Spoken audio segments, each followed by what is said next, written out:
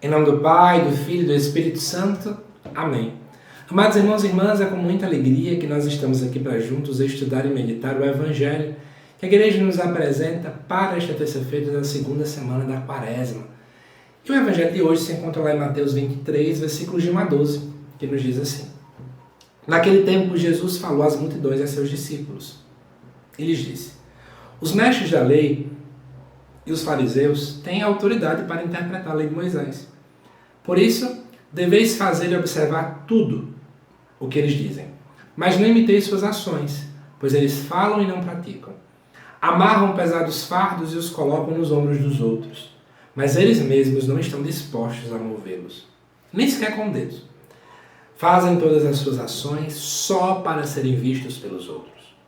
Eles usam faixas largas com trechos da Escritura na testa e nos braços e põem na roupa longas franjas. Gostam de lugares de honra nos banquetes e dos primeiros lugares nas sinagogas. Gostam de ser cumprimentados nas praças públicas e de serem chamados de mestre. Quanto a vós, nunca vos deixei chamar de mestre, pois um só é vosso mestre e todos vós sois irmãos. Na terra, não chameis a ninguém de pai, pois um só é vosso Pai, aquele que está nos céus.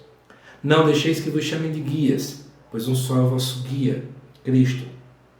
Pelo contrário, o maior dentre vós deve ser aquele que vos serve. Quem se exaltar será humilhado, e quem se humilhar será exaltado.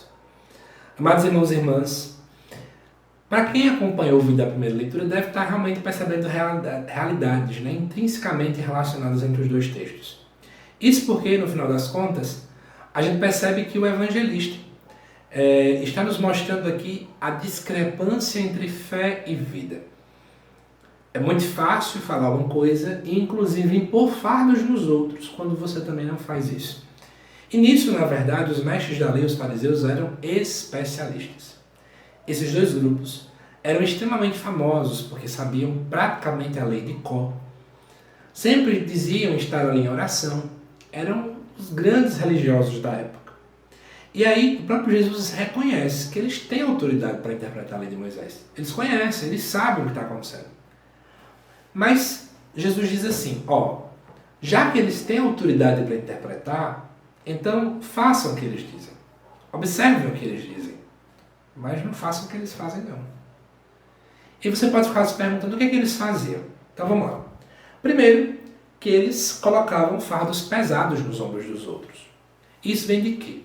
Eles tinham um compilado de 613 preceitos, onde desses existia 366 proibições. Você não pode isso, não pode aquilo, não pode aquilo, não pode aquilo, para colocar nos ombros do povo. Imagina você ver esse monte de regra, você praticamente não conseguia viver. E muitas dessas regras não estavam nada contidas nas Escrituras, mas era uma espécie de uma tradição pessoal que os fariseus costumavam criar. E aí isso era extremamente pesado, era um fardo que estava sendo colocado aí nos ombros das pessoas. Ao mesmo tempo que nós estamos vendo isso, o próprio Jesus fala, eles colocam em você, mas eles não seguem. Eu lembro que aquela série The Chosen, eu não lembro bem do episódio, gente, eu peço desculpas, mas eu acho que o início da série mostra um exemplo bem clássico. Eu vou tentar aqui comentar um exemplo clássico disso aí, mas eu não lembro detalhe por detalhe, Parece que é assim, os líderes romanos chegam e dizem que não queriam os judeus, pescando peixe. Porque, como eles pescavam peixe, o valor do peixe tinha que ficar mais barato, por exemplo. Aí eles falam com os fariseus então olham e dizem, então tá bom, a gente vai dar um jeito. Aí eles chegam, pegam um versículo bíblico, deturpam um versículo bíblico, de uma forma nada a ver mesmo, só para poder seguir o que as autoridades romanas queriam.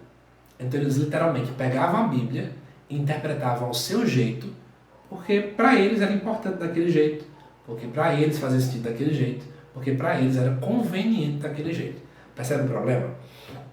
E aí, amados irmãos e irmãs, quando você começa a ver essa tipo de situação, você começa a entender o problema religioso da época. Mas vamos continuar. Além disso, Jesus também fala que muitos faziam ações somente para serem vistos pelos outros. Tem até textos que nos dizem que os fariseus costumavam, por exemplo, eles sabiam que tinham que fazer uma oração às 9 da manhã. Então eles davam um jeito de estar 8h55, saindo de casa, para de repente dar 9 horas no meio da praça, só para o povo ver eles rezando. Então eles eram estratégicos, só para que o povo achasse que eles eram mais santos do que os demais. Além disso, lá no livro, eu acho que no Deuteronômio, fala de colocar uma caixinha, ou é lá, ou é em Êxodo, uma caixinha contendo aí o Shema Israel, que é um versículo lá de Deuteronômio capítulo 6. Essa caixinha não tem problema, Deus pede para que a gente coloque aqui, né, no contexto do Antigo Testamento, para que quando você fosse cumprimentar alguém, quando você fosse ajudar alguém, você lembrasse que tudo que você faz é por causa de Deus.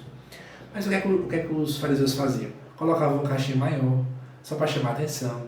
Então aquilo que antes era uma prática talvez de piedade, uma prática que te santificaria, começou a ser uma prática de vaidade. Eu vou dar um exemplo bem simples, de minha parte mesmo. Bora falar do meu passado. Quando eu comecei a minha conversão, ali na minha adolescência, muitas vezes eu ficava andando com um texto exposto no meu bolso, para o povo saber que eu vivia andando com um texto para rezar. Eu lembro que tinha hora que eu queria andar com o texto na mão, para cima e para baixo, para que as pessoas vissem. Porque eu quero que o povo veja que eu estou rezando. Amado irmão, amada irmã, se isso aqui for porque você está querendo se orgulhar, não serve de nada. Né? Desculpa a expressão, mas você vai para o inferno com o texto na mão e tudo. Cuidado. Até que ponto usamos objetos religiosos para receber aplausos, elogios, para que a referência não seja o objeto, mas sim eu que estou usando. Né? E além disso também fala das faixas largas que eles usavam nas roupas, que até então tinham uma justificativa bíblica no Antigo Testamento, mas que eles usavam somente para poder chamar a atenção das pessoas. Esse era o grande problema. Sem contar o estar no primeiro lugar, o querer os primeiros bancos, o serem cumprimentados, Jesus questiona tudo isso aqui. Esse vazio religioso que eles estavam vivendo.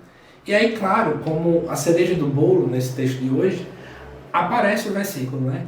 Quem se exaltar será humilhado, quem se humilhar será exaltado. A dinâmica do reino de Deus é que a exaltação ela surge daquele que busca ser nada. É quando eu reconheço que eu sou nada e que Deus precisa vir em meu auxílio, porque Ele é que é tudo, que aí eu sou exaltado. Então que a gente possa colocar isso na nossa cabeça e refletir muito, né? Será que eu estou buscando me exaltar? Será que eu estou buscando o primeiro lugar? Será que eu estou buscando os holofotes? Será que eu estou buscando os aplausos? Será que eu estou buscando ser sempre o centro das atenções? Ou eu tento fazer com que a minha vida seja uma seta que aponte Jesus sempre, sempre, sempre? Que à luz desse Evangelho, a gente possa comparar a nossa vida com os mestres da lei e fariseus para perceber se eu estou parecendo mais com eles. Porque se for, está na hora da gente dar uma pausa e buscar em Deus refletir sobre a nossa conversão autêntica e sincera. Que Deus te abençoe, amada irmã e irmã. Te aguardo nos próximos vídeos aqui do canal, tá bom? Até mais!